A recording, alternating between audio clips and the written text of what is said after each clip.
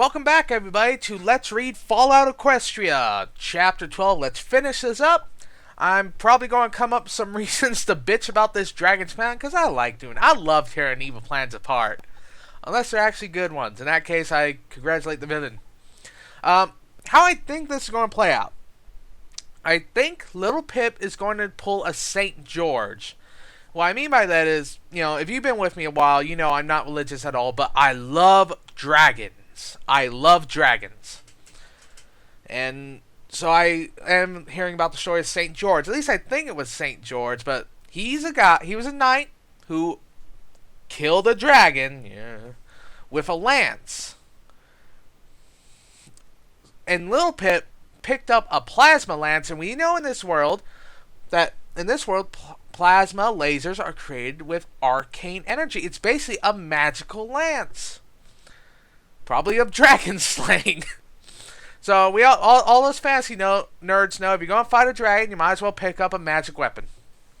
So I think Little Pip is going to pull a St. George on this guy. Let's see if I'm right. Well, I suppose some of you are good. With ketchup. Oh. Makes you ponies nice and slippery going down. Oh. I cringed, fearing he would laugh again. The air was almost too hot to breathe.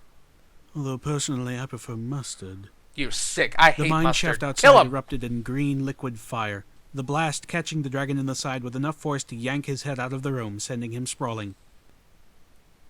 Yee-haw! This is not going how I predicted. Blessed cool air swam into the room, clearing my head. That was Calamity's voice. How'd you like them apples? Calamity flapped into view, carrying the magical plasma cannon from Junction R7. Hey, Little Pip. Boy, am I glad to see you're okay. Sorry it took me so long to get back. These things are heavy when they're not properly mounted. The monstrous tri-barreled weapon was bigger than he was, strapped to his underbelly, with its power array attached to the top of his battle saddle with rope. I found myself giggling half hysterically. You look ridiculous. Yeah, well... Calamity's joyful voice cut off. Oh, you have got to be kidding me. Just keep shooting, guys. He's getting back up. Shoot him again. Shoot him. Shoot him again. Run was a bit more than I could manage. A third of my body felt like I was being held to a flame. Yeah, use the plasma I lance. staggered, trying to focus. My saddlebag started to lift. Calamity fired again, the blast from the cannon obliterating the air, the kick sending the Pegasus pony hurtling backwards. The dragon roared in pain and rage. Glorious Luna, what does it take to kill one of these things? Telekinetically grabbing the rest of my possessions, I dashed out the door. Calamity was biting off the ropes holding the cannon. Can't carry this and you at the same time. I looked back. The dragon was badly wounded, possibly mortally. One of his wings was warped and deformed. The scales on his side had melted back against his ribs. One of his legs was a deformed stump. That is fucking horrifying. I mean, really think about the scales. What about the flesh underneath? Oh my god. And still, he was getting back up, his eyes filled with rage. How? He opened his mouth to bellow fire. The fire was only... His wing that's a limb. One of his limbs has been fucked up beyond recognition. The scales, which is over flesh and skin, are welded into his fucking ribs. He should be in debilitating pain. How the fuck is this guy getting back up? Only a fraction of the blasts he had managed before. I felt the wave of superheated air that rode in front of it, but the flames didn't reach us. Moments later, Calamity was pulling me up through the air, up out of the hole left by the lowered hydraulic lift, and into the sky. This ain't going how I thought it was. We shot past God, engaged in brutal aerial combat with 2 griffins from the slaver camp. Out of the corner of my non-blooded eye, I saw her draw that magical energy shotgun and empty it point-blank into the breast of one of her opponents. Beneath us, the chaos of warring ponies filled the rock yard, explosions and bursts of magical energy forming a violent dance of carnage around the dark, hollow square of the lift. The dragon, impossibly, followed. Well, he Even can't with fly its after wing, you. The dragon was faster than we were, tearing through the hole in the razor mesh in pursuit of us. What the fuck? Calamity would have been more maneuverable had his wing been fully healed and he wasn't carrying the extra weight. As it was, we were a 2-pony flying brick. As the dragon drew closer, Mr. Topaz opened his maw wide. Glancing back, I saw rows of viciously sharp teeth surrounding a dark, insatiable gullet. I had an idea. Throw your Keep grenades flying in straight. there. Calamity grunted, straining his wings for more speed. I hope you know what you're doing. I opened my saddlebags and pulled out the rest of my grenades. All of them. This is what I've been telling her to do since the fucking start. God damn it, Little Pip. We could have saved so much time. With terror-tinged amusement that they really did look like metal apples. How do you like... I whispered, as I let go of everything but the stems, sending the grenades right into the dragon's ravenous throat. Even as they disappeared, it occurred to me that I might have made a horrible mistake. Dragons can breathe fire and eat gems. What made me think that a few grenades would cause more than indigestion? Because dragon fire is magical, and I would suspect that it's the magical properties of their fire that prevents them from damaging themselves. And at the very least, Little Pip, the real danger from a grenade isn't so much the fire from the explosion, it's the shrapnel and kinetic force. And the fire is dangerous, yeah, but the sheer force and the shrapnel from the grenade is really the dangerous part. Because that shrapnel goes farther than the explosion. So, and he doesn't have scales or magic resistant skin on the inside. It's flesh soft bits, so that shrapnel can fuck him up. And the kinetic boom, I'm not a scientist, forgive me for screwing up terms, but it's gonna fuck him up. A moment later, I learned my reservations were right, as the grenades did absolutely no harm to the healthy parts of the dragon. God damn it! But blew out his damaged side, warped and deteriorated by potent assaults of magical plasma, in a blast of sick gore. Mr. Topaz, a gaping hole in his side larger than 3 full ponies, was almost certainly dead before he hit the ground messily and skidded 30 yards, leaving a swath of blood and internal fluids. Calamity turned and banked, taking us back to the junction. There were still battles raging in parts of Shattered Hoof, but we had both had enough excitement for the night. "Ah, horse apples," Calamity said wearily. "I almost forgot about Velvet Remedy." Oh, you guys just left Before her I could there, panic, didn't you? he informed me, "She's hid herself in the visitor center. I told her I'll be right back for her." Gently, he set me down, and then flapped back into the night, looking utterly exhausted. I sat there, waiting for him to return. Okay, so those are plasma grenades, not normal fragmentation grenades. My bad. I gotta talk about this after this is done. At some point, I fell asleep. Oh. Any more? Footnote, level up. New perk, Sniper Pony. Your chance to hit an enemy's head in sats is increased by 25%. Yep, pause.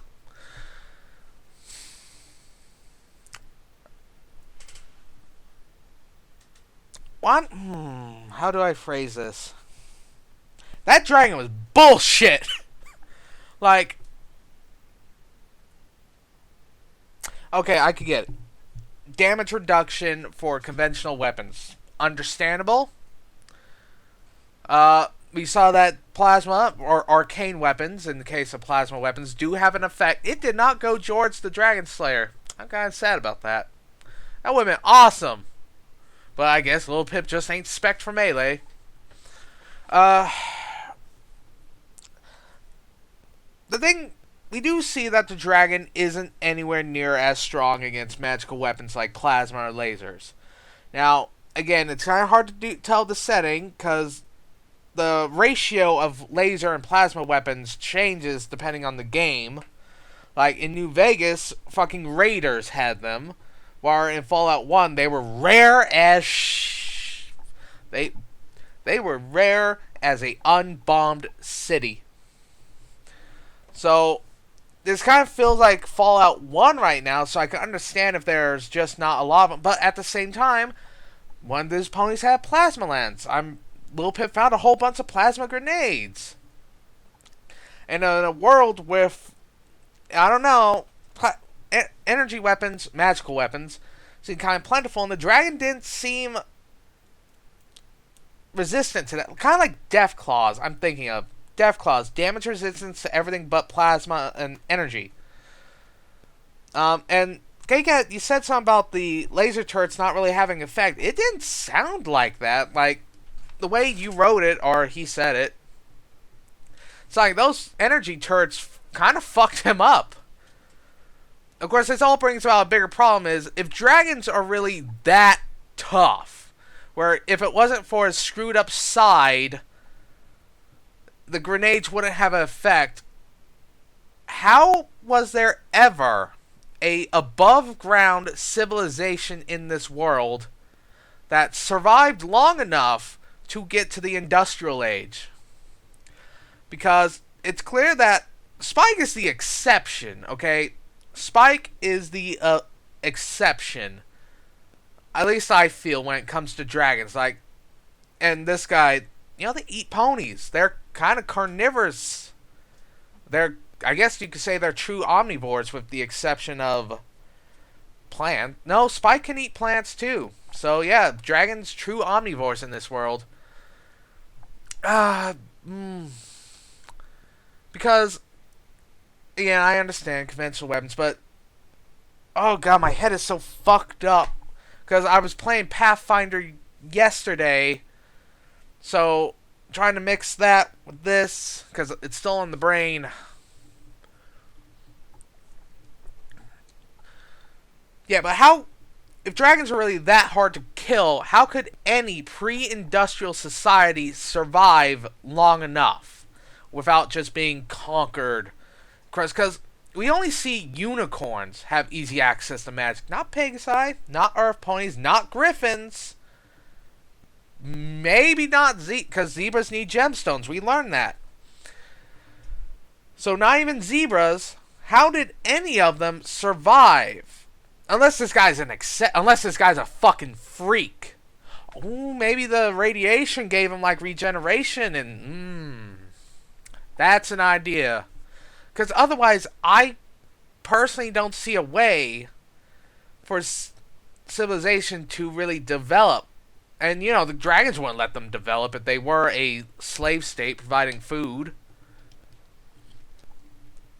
My head is just going 1,000 miles an hour right now trying to think of situations that it's hard for me to articulate.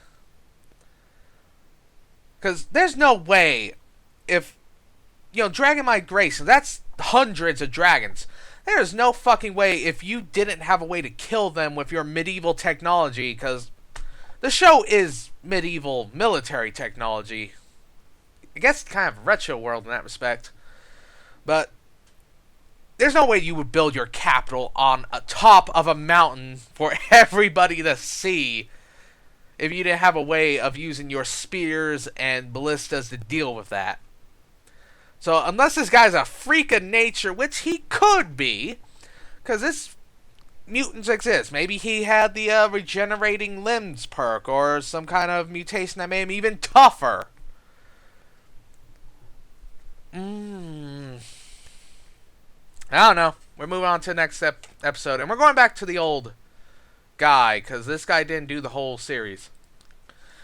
Chapter 13, Voices of the Past. It is a ghost story. They're all made up. I just realized I forgot to actually tear that guy's plan apart. Okay, well, the thing is, he didn't seem to have that much damage resistance to energy weapons, and we know at least one guy had a plasma lance, and at the rate they're kind of coming up, energy weapons don't seem to be that rare. So he's kind of banking on nobody shooting him in the eyeball. Or, you know, lobbing just explosives into his mouth. Because I don't fucking care if fire doesn't hurt you. The shrapnel and the raw kinetic force of an explosion going on inside you better fucking hurt. Okay, because that's not the real damage of explosives. The fire isn't the damaging part, it's the shrapnel and the kinetic force. It's why when you fight a guy in plate armor, you use a hammer. You don't need to stab him or smash him or hit him, you just need the force of the blow to kill him. That's that's what grenades do. So okay. I now I'm trying to hurry up because I want to get on to chapter 13. Okay, let's just go into chapter 13 now. I need to get my brain off that. Home. Relinquish your rights to the contents of the vault and she's all yours, God explained as she pointed at wing at junction R7. Do you accept? A vault full of memory orbs torn from the minds of ponies 200 years dead. Or a place to call my home. Won't you need it? I asked cautiously. For defense? Now that I'm running the show, I'll be moving into Shattered Hoof proper. We don't have the numbers to effectively spread between all the outposts anymore. We have to consolidate and build up new defenses. If we're lucky, Red Eyes' slavers will scurry back to their dens and lick their wounds. I don't trust in luck. God gave a hearted smile. I prefer to count on people being greedy. It tends to work much better that way. I nodded slowly. And the ponies here. They won't loot it while I'm away. God smirked. I was getting good at asking what she seemed to consider the right questions. Not if I tell them not to, they won't. With an uncharacteristic touch of warmth, she added, Everyone acknowledges for what you did for them back there. Those that don't feel like they owe you at least have the good sense not to draw the ire of the local dragon slayer. I looked at the disabled train and scrap metal shacks, seeing it in an entirely new light. This could be my home. Our home, if Calamity and Velvet Remedy were willing. A place to rest. For Calamity to hang his hat. Figuratively, at least, considering he even slept with it on. Just like he slept in that underbarding for that battle saddle. I trotted around, drinking it in. There was a water pump out back, grills for cooking, a small water purifier in what had been God's private quarters. As well as the passenger car, the train included several lockable cattle cars and 2 boxcars. We could each have our own space, and plenty of room for storage. A generator in one of the shacks kept the lights on at night, and the refrigerator in the back boxcar running.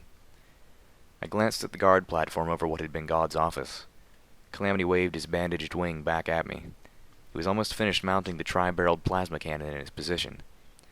I wondered.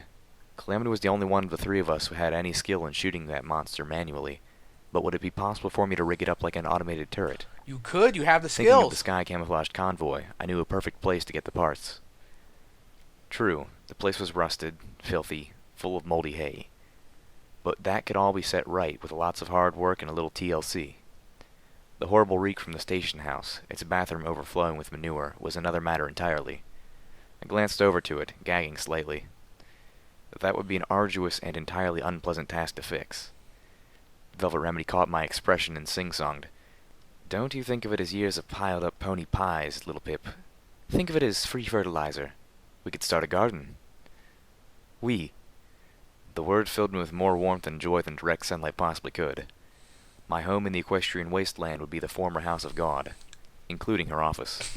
Nice. Any hesitation or concern about why God suddenly wanted a vault full of memory orbs was washed away by the wonderful we.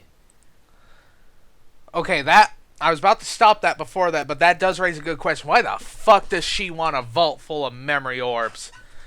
Thing is, if this was in the game, I would be so torn. Because on one hand, she wants that vault full of memory orbs. Which means I want the vault full of memory orbs. But on the other hand, this feels like a stronghold. And for those of you that don't know, I'm using D&D term of stronghold here because it's one of those things that have spread beyond D&D. They say stronghold is like a player home, but bigger than just a house. Like Baldur's Gate 2. I forgot the name of the castle, but you get a castle. You get to build it back up. It starts as a piece of shit ruin, but you can build it back up. You can rebuild the walls. You can get the farms going. You can get soldiers, and all that stuff. Like Lil Pip here is talking, like, we could set up a automated. We can make that plasma turret automated. It's got walls. It's got plenty of storage and room, and Velvet's talking about a garden. So, like, everything in my head is just ringing stronghold. Because, for those of you Fallout purists out there, think of, what was that town? Fallout 2, the one with, damn it. What was the town called? It's right at the tip of my tongue. But okay. I also forgot the name of the soup mutant. But you go to this town, you find that it's guarded by a soup mutant who's the sheriff or mayor. Oh god, I gotta play these games again. My memory is failing me for them. But he talks about how he and a Brotherhood Paladin got together and they ended up founding this town. That's kind of what I'm getting here. I mean, I know it's not going to happen because it's impossible to avoid any spoilers, but that's what I feel. If this was an actual in-game decision, like, I just feel stronghold from this. I would take that up in a heartbeat because I'm a sucker for strongholds. Fuck the memory orbs. I'll take it. I don't get it, Calamity muttered. She's helping raiders now? Together, Calamity and I walked through the rock yard of Shattered Hoof, slightly behind God. Velvet Remedy was elsewhere, insisting that she do what she could to mend the injured, despite having completely run out of medical supplies, both our own and those of Shattered Hoof, the second morning after the battle. And even though it was entirely possible that the vile monsters who killed Silverrell's parents were amongst the wounded rather than the dead. Won't be raiders anymore, the voice of God held a finality that was hard to question. Calamity, being Calamity, did anyway. Don't change the horrible things that some of them did. He shook his mane. I still don't like it. That was under Deadeye's. Gaudina Grimfeather had led the embattled ponies of Shattered Hoof to victory against Red Eyes' slavers. Now, with both Deadeyes and Mr. Topaz eliminated, she was the one the ponies of Shattered Hoof would be turning to for leadership. I've got big plans for this place. There won't be any room for honorless monsters in my Shattered Hoof. I kind of wonder what I dragon watched meat her, tastes admiring like. her words and the way she moved. I didn't like Gaudina, but I couldn't help but respect her. And yes, she was sleek and powerful and very attractive for a non-pony. And so what if she's a griffin? There's nothing wrong with just looking. God herself had taken on both of the enemy griffins, felling them with her magical energy shotgun and her talons. Thing's fucking awesome. She'd picked up a few new scars in the battle. I thought they only made her look more impressive. I hoped other mares could find them so. I was wearing a scar of my own now. Burns, however horribly painful, could be healed fully with magical remedies. But the malignant damage caused by the warping and destructive magical power could not be so easily undone. The small line of corrupted flesh where the magical energy lance had touched my neck would be with me for the rest of my life. We'll have a few rotten eggs, but they'll be dealt with. Gaudine was speaking to Calamity. I realized my attention had drifted. I'd been admiring her flanks, in a perfectly respectful way, and lost part of the conversation. Every other pony has realized they've spent the last years breaking their hooves for a dragon who intended to eat them as a reward. They're reassessing their life paths and will most likely be ready for change. Gaudina smirked, looking Calamity. I put the fear of God in any who won't. Oh! Over the last few days, I had learned that Mr. Topaz had lowered the cargo lift and was just emerging into the rock yard when I set off that alarm. The dragon's voice was loud and had carried all the way into the yard. While no pony had been privy to my side of the conversation, several dozen had heard everything the dragon had to say. Word had spread amongst the survivors. Every pony knew my companions and me by name now, and had formed an opinion. "Hey, little Pip!" A shout rang across the yard from a group of ponies sorting armor stripped off the dead. "Found any good bullets of dragon slaying yet? Did you try Mr. Topaz's pantry?" You Some guys less are empowering than others. fucking dicks! I rolled my eyes and tried to ignore them. I love it! Focusing forward, I broke into the conversation. "What big plans do you have?" God stopped and turned, looking me over appraisingly. Clearly I'd tried to pry at secrets she preferred to keep close to her breast. After a long moment, she gave me as much of an answer as I was going to get, and nothing more than I would have learned naturally in a matter of weeks. "In the wake of Mr. Topaz's untimely splattering, we have enough gemstones to entice caravans and establish trade routes. Shattered Hoof lies within a few days' caravan travel of both Manhattan and New Appaloosa." God fixed me with a Natural knowing stop. grin. "And I hear the Appaloosans are looking for some new trade partners." I tried not to wince. Just how much did Gaudina know? "And I've got a bond and candlelight to sell you," Calamity scoffed, giving God a wry smile. "If you expect me to believe a hardened mercenary like Gaudina Grimfeathers is looking to settle down and play a mayor." God laughed. Oh, well, I suppose God was about to talk. I was going to give my own opinion, but I guess she's going to answer. Fuck. It was a rich and seasoned laugh. "You're right. I'm also sending out," she paused, finding the right words, "invitations to talents not currently under contract. She didn't elaborate further, but I was beginning to get the picture. I got it. And I the memory know. orbs? I asked, mostly out of curiosity. As pleased as I was with the way Junction R7 was shaping up, especially now that we'd sealed up the vomit-inducing stink and started turning my designs for a turret array into reality, I had begun to suspect that I had gotten the shorter end of the deal. The idea didn't upset me. I had my saddlebags full as it was. If anything, I admired how shrewd Gaudino appeared to be. Gaud's eyes narrowed. None of your concern. About what I expected. As we reached the end of the yard and stepped into the guard tower, I could hear a radio playing. The ending of an ancient song by Sapphire Shores gave way to the voice of DJ Pony. Good evening, Wastelanders. How's every pony doing? Got some great news for you today. Remember that little stable gal who took on the slavers of Appaloosa and saved all those ponies? Well, don't ask me how, but she survived taking a nosedive off a cliff in a speeding train. That's right, fillies and gentle colts. She's back. God had kept walking, but Calamity had stopped and was staring at me, eyebrows raised and hat tipped back. I felt myself blushing hotly and not knowing why. And what's she been up to now, I hear you ask? Well, sit down and put on your listening ears, 'cause it's time for DJ Pony to tell you a story. Ready? Good. This is the story of a little filly named Silverbell. I looked to Calamity in distress. I did not like getting credit for what was really Velvet Remedy's good deed. All I did was push Watcher into recruiting Ditsy Doo's help. Wait till he starts calling you Dragon Slayer, Calamity made merry at my discomfort. DJ Pony didn't mention my Pegasus friend at all, and Calamity seemed unduly pleased by that. I looked back over the rockyard and the ponies hard at work in the aftermath of the battle. A slightly melancholy feeling took hold in my chest. The end of the week, I thought. By then, I would have the turret scavenged from the sky convoy up and running. By then, we would be fully mended and rested. My coat was growing back nicely over where it had been burned off. Velvet Remedy had already stopped fussing over Calamity's wing. Calamity was already getting restless. He had joined me because, like him, I wasn't content to do nothing while others were being abused and murdered. Okay, I know exactly what God is going to do. She's bringing all the towns who aren't under contract. She's turning that Junction whatever into a trade town because it's near a trade route that goes between two major points, and Appaloosa is also looking for trade partners. By gathering the towns who aren't under contract, she's essentially turning it into a mercenary hub. Merchant caravans will pass through, hire guards with a preference to talons, and she'll start making money. Essentially, it's a militant trade. I'm trying to think of the words you would call it. It's a militarized trade hub, I guess would be what it's called. That's what God's planning.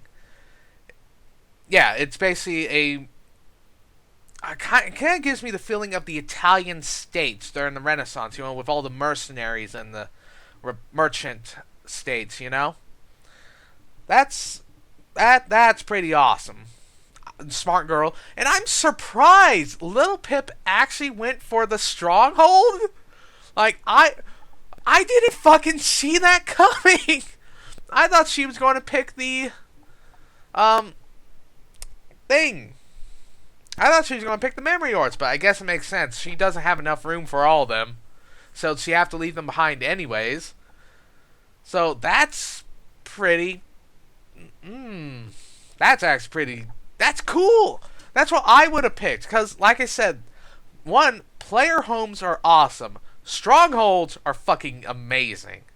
Like, again, when I say stronghold, just go and look up D&D Baldur's Gate 2 Strongholds or Neverwinter Nights 2 Strongholds. Strongholds are cool. They're fun, they're awesome, and you should always pick them in games because you can have a lot of fun with them. Like, it's what I would have picked. I kind of... basically, think of, again, for those of you who have no idea what a stronghold is in video game terminology, or player strongholds are, it's, Dragon Age Awakening. You get the, Vigil, I think it's called, the Vigil. God, it's been so long since I played these games. I need to go back and play them all. But yeah, that's a stronghold. You get it's a fortress where you rule. You don't just rule the fortress, you rule the land around it. You build it up. It's like Fallout 4 player towns. Those are technically strongholds. They are places where you rule, where you're the boss, and you can build them up from nothing. And that's what I think Little Pip kind of got, because it sort of sounds like a fortified position, like Junction whatever, and God's Doing. It's near a trade route, so I can actually see some ponies going to live there. It could become like, it's basically a player town from Fallout 4, or it could be a player town. It sounds like it's got walls. They are installing an automated plasma cannon onto it. Yeah, it basically sounds like a Fallout 4 player town, or a stronghold from a player stronghold, you know? That's what it sounds like. And I love those sorts of things. Like, you can see, I'm getting giddy over the thought. Like, when I'm buying a fantasy game, one of the first things I always look up is strongholds. That's the entire reason why I got Baldur's Gate 2, because there were strongholds in it. But that's all for this time.